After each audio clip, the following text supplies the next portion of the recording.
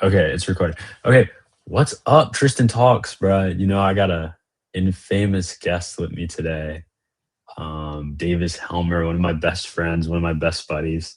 He's really we're trying to get a rise of into intellectualism around here. So he's really just trying to chat. That's all we're gonna do. So we're really gonna be talking about. I'm gonna be talking about like religion as like opium for the masses and what that quote actually means from Brother Karl Marx. And then Davis, tell us a little about what you're going to talk about. Tell us a little bit about yourself. Well, first of all, thank you for having me. Of I course. wanted to get more involved with, especially with what's going on nowadays in the world, and I think your channel is great. But as many of my friends know, I used to be Mormon, so there's a big religious background there, and Mormonism is pretty controversial, especially now and in the past. And I have personal experiences, especially with my parents as well. Also have great personal experiences. So we're just going to talk about that and analyze it, and maybe even talk about religion as a whole and Right. what it's doing to society Right. right now. Right. Of course. So I want to like start with like what because I'm not really religious, but like I want to start with like stuff I believe and like what I so Karl Marx, who is like Communist Manifesto, like socialist philosopher, like this guy who talks about everything, like a philosopher who thinks, writes about anything. So he has this famous quote, and it says like religion is the opioid of the masses. Um, to you, what do you think that means? Like religion is the opioid to masses. Well, when I hear the word opioid, I think of painkiller, like Right. a drug. And Right. so we analyze it. Opioid to the masses, it's addictive. It's a Right. common painkiller for the real world, Right. um, a way to escape from reality, Right. and that's why so many people are drawn to it. Because Right. I mean, real world's Yeah, I harsh. like that. And that's what I'm going to get at. So like the actual quote says that religious suffering is at one and the same time the expression of real suffering. In a protest against real suffering, the real religion is a sigh of the oppressed creature, the heart of the heartless world, the soul of the soulless conditions. It is the opium of the people. The abolition of religion as the illusionary happiness of the people is the demand for their real happiness.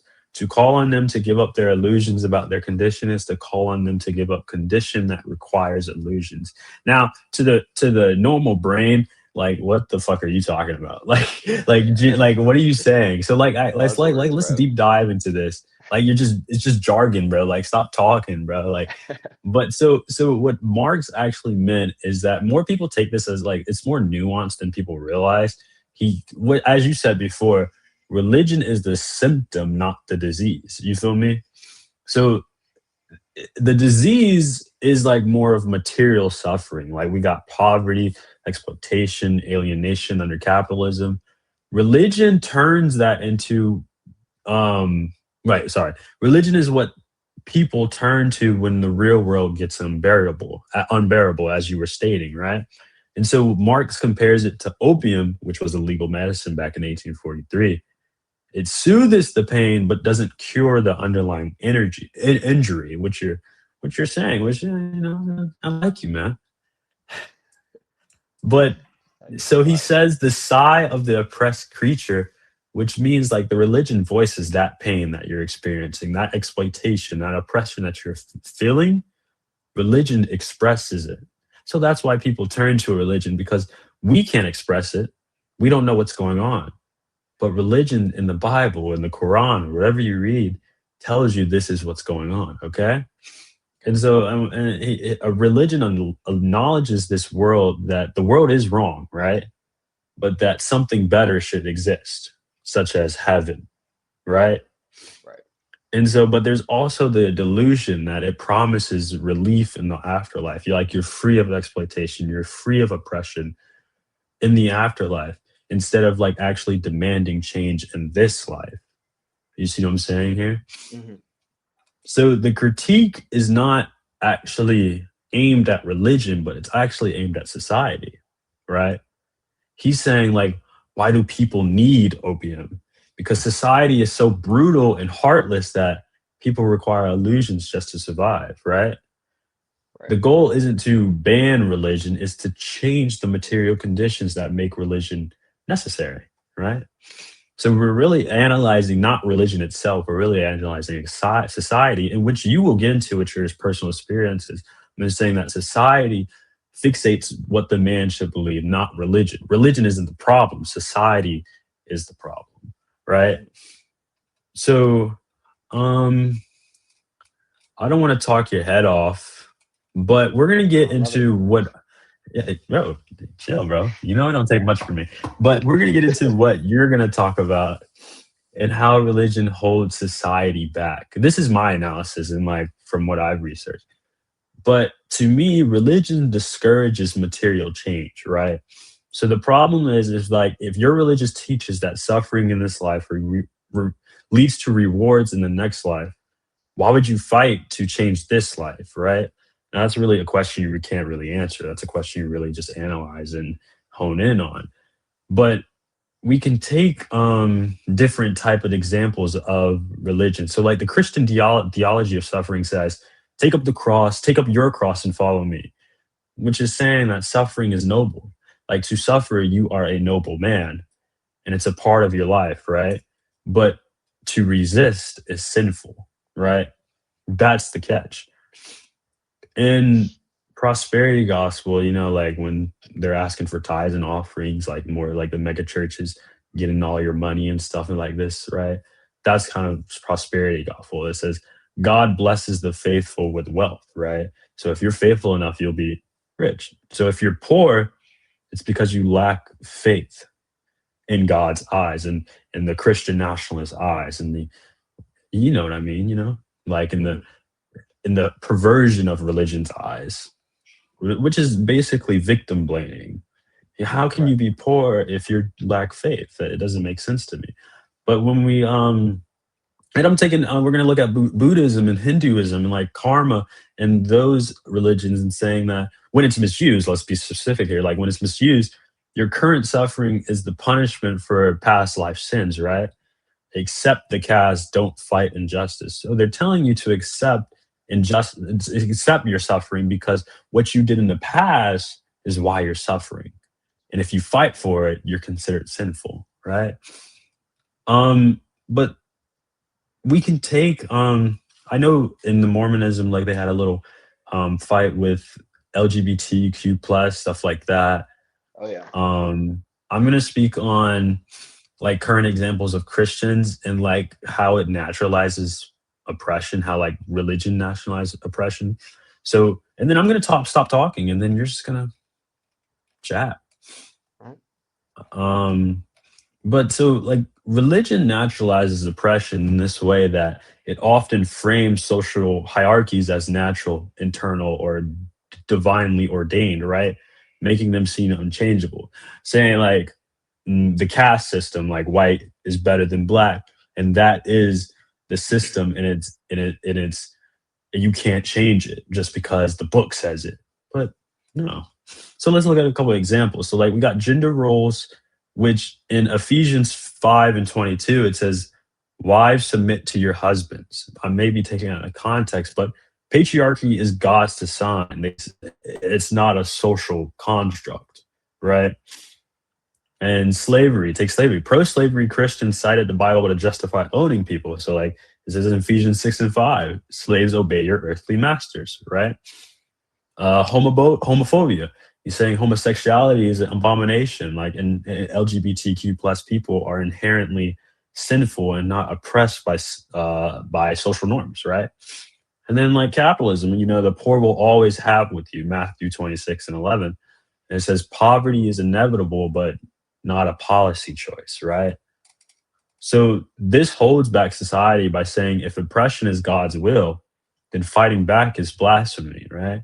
Social progress becomes heresy and questioning authority becomes questioning God, which is where you come in. Like, what do you think how the Mormon church does this in a way to naturalize oppression, to divide the working class, to discourage material change. How is the more from your experience? How does the Mormon Church delve into this such things? Oh man. Well, so I was born as a Mormon, and I left the church, or my family left the church when I was 5 years old. So I haven't Hmm. had, I wasn't reading scriptures or doing all the important stuff that you start to, as you grow up, start doing the church. But my parents did, and they've educated me as I've grown up. See, um, and a lot of my family still Mormon, and a lot of Mormons you meet, they're very, especially living in Utah, they're secluded. They're only lived one way of life, and they only know that way of life, and that is the church. Um, and they devote their life to it, and it's a way that the Mormon church does it. They tell you all this important stuff you need to do. You need to go on a mission, a 2-year mission when you turn 18. You need to spread the gospel, spread the Book of Mormon, all that stuff. Um, but here's the thing that the Mormon church is it's had a bad history. Um, Right, Black people were restricted from priesthood until 1978. right, Um, right. and one of their main stories was the Nephites versus the Lamanites. I think I'm Mm, pronouncing that right. Lamanites. And the Nephites were, now tell me if this sounds familiar, were a working people. They built roads. They were advanced, and they came into this land and they found the Lamanites, and the Lamanites mm, were cursed, and they were cursed, and they knew they were cursed because their skin tone was darker, and they right. were an uncivilized people, um, and they were eventually demolished by the Nephites. Hmm. And Right. the Mormon Church teaches this to This. the young kids, and they're like, oh, Right. if people have darker colored skin, they They're might be cursed. inferior. They Right. are descendants of the Lamanites. Right. Um, the Mormon Church also has $300 billion in close to $300 billion, and my parents have told me, man, like, the amount of tithings they paid to the Mormon Church was astronomical. It was insane. Um, Right. and the Holy. 300 billion, the close to $300 billion, it's not being used to help the poor. It's not being used Right. to um, build shelters in Right. cities. It's being used to build more temples, Right. and to fund missions for people to go and spread the Mormon Church. Right. And as I've grown up and started to learn more about the Mormon Church, it's made me think of religion as a whole, and especially Christianity and God, Jesus Christ. And let's see, I like what you said about the church religion being a way of escaping material change.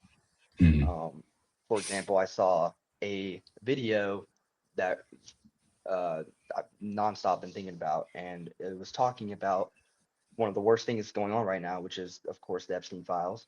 We're not going to get too much into it because it's Yeah, yeah, yeah, yeah. but we all know how terrible that is and how evil it is. And Right. the video was talking about it, and the caption said, "This is so evil. The only way to trust, or the only way to defeat this evil, is to trust in God." And Right. on the surface, it's cool. That sounds, It's yeah, good. that sounds It amazing. sounds good. And the average Christian and the average person will look at that and be like, I think I might trust in God. And but if we really take a deep dive into it, Right. if we trust in God, is all these people in the Epstein files going to be arrested? Right. Or is any justice going to happen? If we And trust into, yeah, I see what you're saying. it hasn't in the past. If miracles happen, but it's not really, Right. I Is it mean, really, yeah, is it luck or is it miracles? Like, what do we call it? Like, I see what you're saying. so the only way to fight this evil that's going on right now is to fight Oh, the evil, and not right. trust in a God that also divides people. Religion divides people. You got Hmm. Jewish I see what you're people, saying. Right. I like see what you're saying. Christians, and they right now Christians and Jewish people are all out war. Um, Right. and let's see. I think And I also, go go ahead, go ahead. ahead, go ahead. Okay. I also think that a person being a Christian kind of skews people's perspective on them. For example, we all know the history of Donald Trump and what he's done, and Mm, I've seen many people say um, and defend him by saying he's a good Christian. right. Um, now, just because you're Christian doesn't mean you're a good person, and just because you're not Right. Christian doesn't mean you're a bad person. And that's Right. kind of what the Bible says is that I, a non-believer, um, will go to the same place as evil people just for the simple act of non-belief. Right. So that's where I think that religion is holding us back as a society. It's removing empathy for people, for non-believers. Um, it's removing material change, like you said, or not removing, but preventing, I would say is a better Mm, word. mm, And it needs to be talked about, definitely. right. I think religion, I don't want to get too like too crazy on here. Actually, who cares? To me, Talk about it. religion kind of does away with critical thinking, because if we're talking something like the Epstein files, and it's easy to say that, oh, God will handle it, but it's also not easy to actually think about how Epstein did this and how he was able to get all these CEOs and these politicians to do these such horrible atrocities. You don't want to think about that because God will handle it, right? It's kind of it's kind of making a anti-intellectual movement by saying, "Oh, God's got it. God's got this." But where is God? To different people, it means different things. But you are the master of your own destiny, if you see what I'm saying. So you choosing not to think about the Epstein files, not to talk about the Epstein files because God will handle it, is kind of it's worse than saying like, "Oh, Epstein was." It was worse than glorifying Epstein, Mhm. because the people who glorify Epstein, yes, it's wrong, but they're actually thinking on why they're glorifying Epstein, right? The people who say God or their God will handle it is saying, "Oh, we don't got to worry about that because Don't God worry already about it. handled it." No, you do have to worry about it, because when you say we're not going to worry about it, right? It gives these people the clear line to do it again. If we don't hold these people accountable, because you see the justice system isn't, who's next in line to hold these people accountable? The citizens of the United States. Exactly. Hmm. If we don't hold these people accountable, and I'm not saying we're not a part of the justice system, but the um the effect of being in a democracy is to have public discourse, not just vote, because voting's cool. But if you just vote, how much time how many times do we vote a year? Once. Hmm. We vote every 2 to 4 years. Things happen every day. If you're not talking about it every day, they can do whatever they want, right? Hmm. They're going crazy out there. But okay, I want to talk about when you said religion divides different types of people.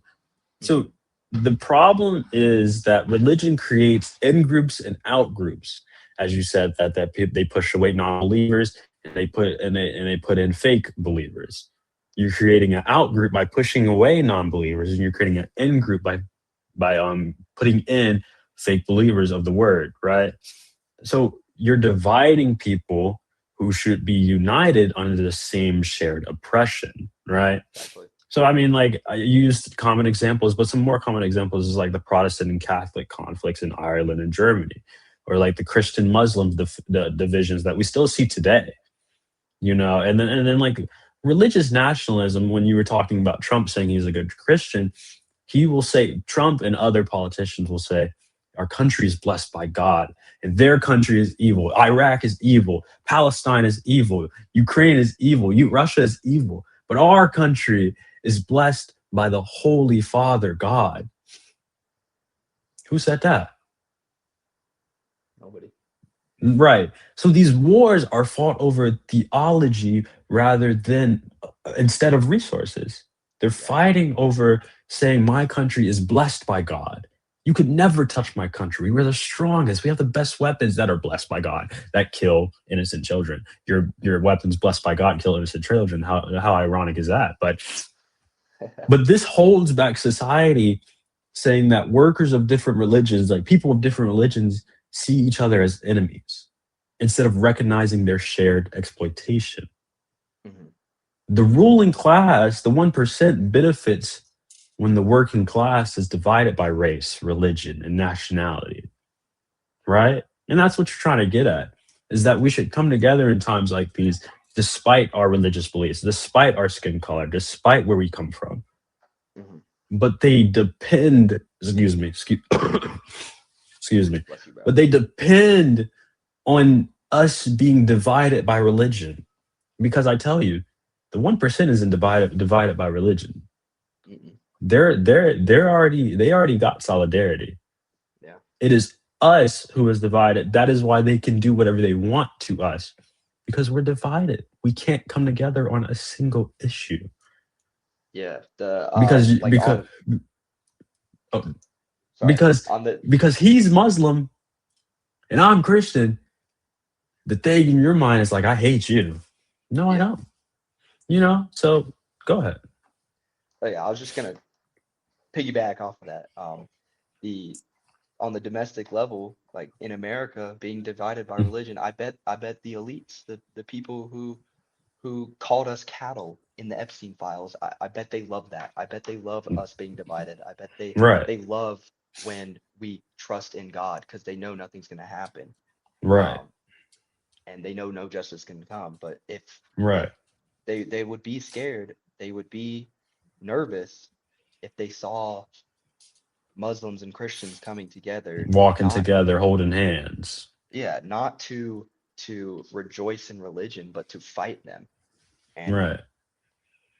I mean, it's just control. They love it. Yeah. So That's what it is. It's control. It's a form to control you because genetically, I may be black and you may be white, but we still share the same blood. bleed red. Yeah. The race is a social construct in itself. It's created to keep you distracted. To say you hate black people is just saying you hate yourself in reality, because these people who say they hate Muslims, who say they hate Israel, Freudian slip, who say they hate Palestine, who say they hate Jewish people, who say they hate black people, they hate themselves. Do you see what I'm saying here? Are Hmm. you keeping up? I'm fully invested. Audience, yeah, audience, y'all better be taking notes. Quiz at the end of the week. No, I'm trying, but they say they hate. They say they hate the other people that don't look like them, but we are the same. We bleed red, So how do you hate me when I've done nothing to you? The thing is, you're saying is that you hate yourself. Right. It's coming out of a place of cowardness rather than a place of love or a place of actual hate. Because if someone actually hated someone, they'd be trying to kill them. Let's be real. You're not trying to kill me. You just hate me because I'm black, or you just hate me because I'm Muslim, or you just hate me because of blah, blah, blah, blah, blah, blah. It's cowardness because That you don't want to actually talk about the real underlying factors that's causing you to hate me, which is capitalism and exploitation. They depend on you hating me, but I don't hate you, right? I was never taught to hate. I was always taught to love. But I think this current administration and the past stuff that I've seen coming up as a growing up as an actual adult, turning 18, turning 19 in a month, paying these taxes. people paying taxes, being an actual citizen, voting and all this stuff, like these people depend on hatred. And like either you have to conform to it or you're an outcast. You feel me? because society is inherently evil, right? We're not born evil. We're not born hate with hatred in our hearts. We're born to love. We're born to hug. We're born to talk. We're born to do this. But society tells you that you are like I am in competition with you. So therefore I must hate you because I'm trying to be better than you. No, that's not the case. I'm not trying to be better than you. I want you to get success in your field and I'll get success in mine because they will kill you for just trying to have success because they think once you have success, you're attacking their success. It's not the case. People have it all messed up. But I'm glad like talking about this and having this conversation with me and you, Davis, is is a one step closer to having solidarity. Mhm.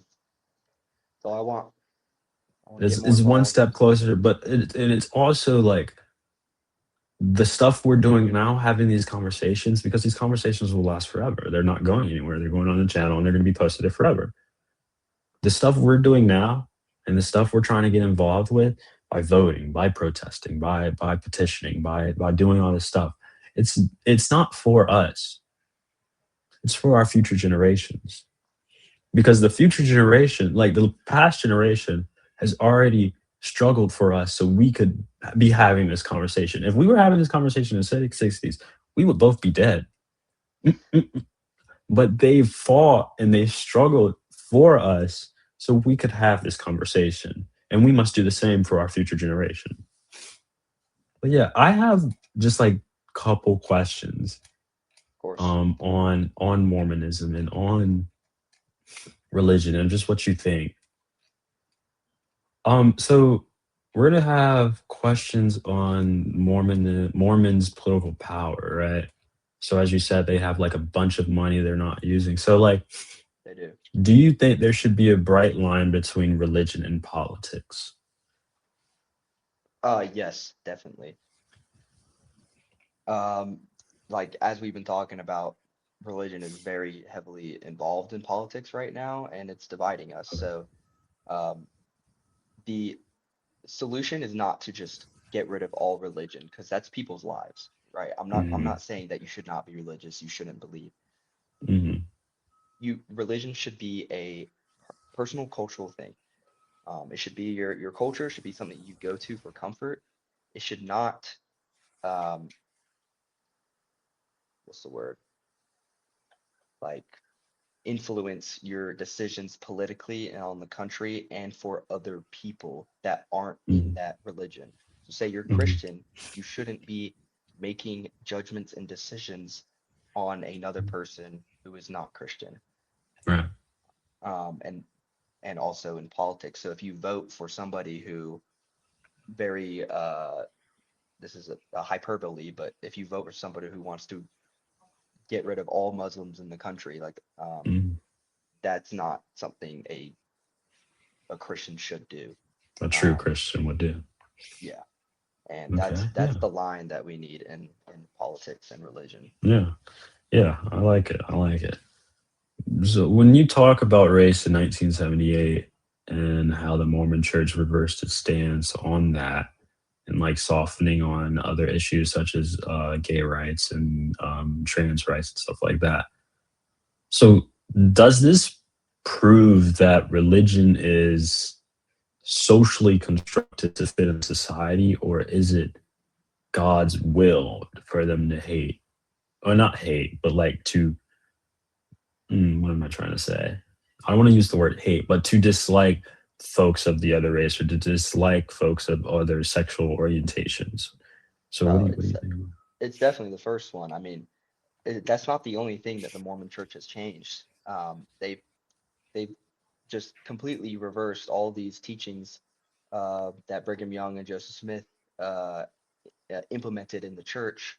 I can't think of some off the top of my head, but they've changed so many, um, and they were supposedly words of God. So how do you just change a word of God? Like, and also Right. in the Protestant Reformation, um, you had, losing my history here, but you had the one church, and then the Protestants broke off from that church, and Hmm. they made things like divorce good. Divorce, God put the okay on divorce. And I don't understand how you can have such a religion where God is the creator of all earth and he set these rules in, but then you can just go and a person can just change them. Um, so definitely the first one you said. Yeah, socially constructed. Yeah, yeah, that makes a lot of sense. Um,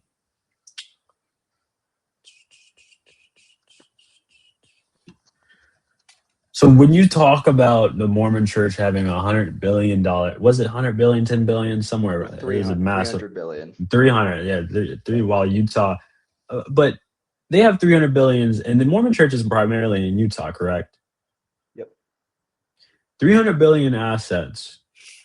But if I did my research correctly, Utah is one of the poorest states in the country, right? Hmm. So is hoarding wealth while people suffer compatible with Mormon and Christian values? Absolutely not. No, they use it to build more temples, and that's not to build more temples to expose people to the nice kindness of the Lord. They do that for more members, more money, and to put more in stock. They actually have 100 billion in stock, Wow. and I don't know why a church needs that. Right. That's yeah, but I found it interesting while I was researching about Mormonism because I'm never going to get up here and talk about something I don't know. So obviously I'm going to do the research in respect to you and your family. But $100 billion, $300 billion in assets, but Utah is one of the poorest states. Just thought that was interesting. Hmm. So yeah, I mean, this is important conversations to have. Um, excuse me. Bless you. Thank you, bro. I'm gonna end it with one more question from you. And well, whatever.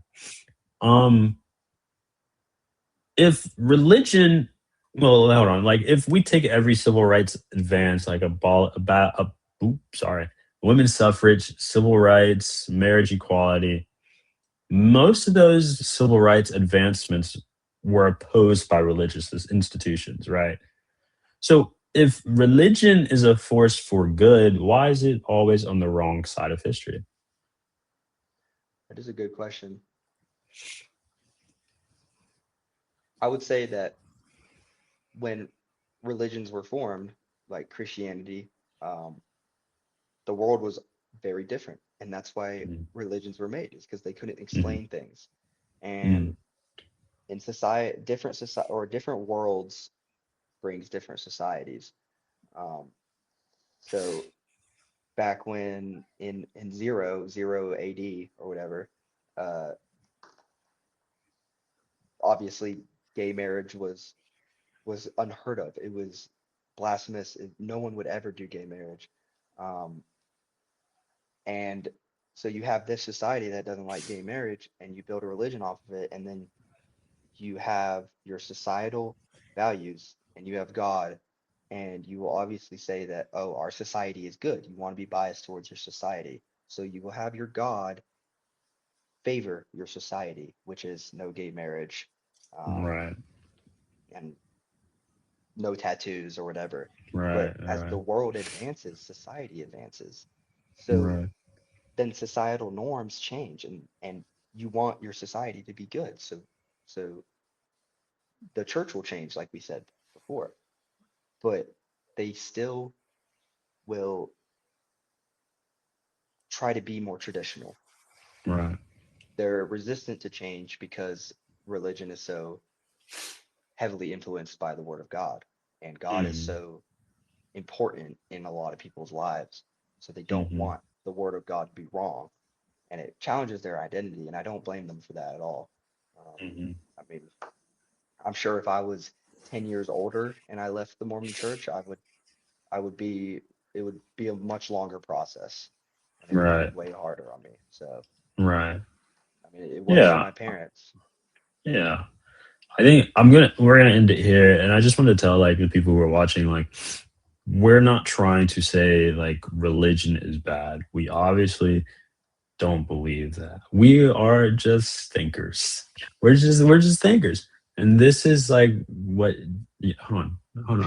This is what thinkers should do. And I'm saying like you don't have to um believe anything that we've said. You don't but I would like you to question it. Oh, sorry. You're good. Oh, but I would like you to question it. Question what you believe in. Don't just believe anything you see because that's when they can do whatever they want. But question it. And this is what we're doing. But anything else, Davis? That is it. Glad I got my word out. Thank you, Tristan Talks. I'm glad Thank Davis was you. able to join us. I would like to bless up. Peace. See ya. Say peace, Davis. Say bye, Peace. Davis. Don't join. Bye.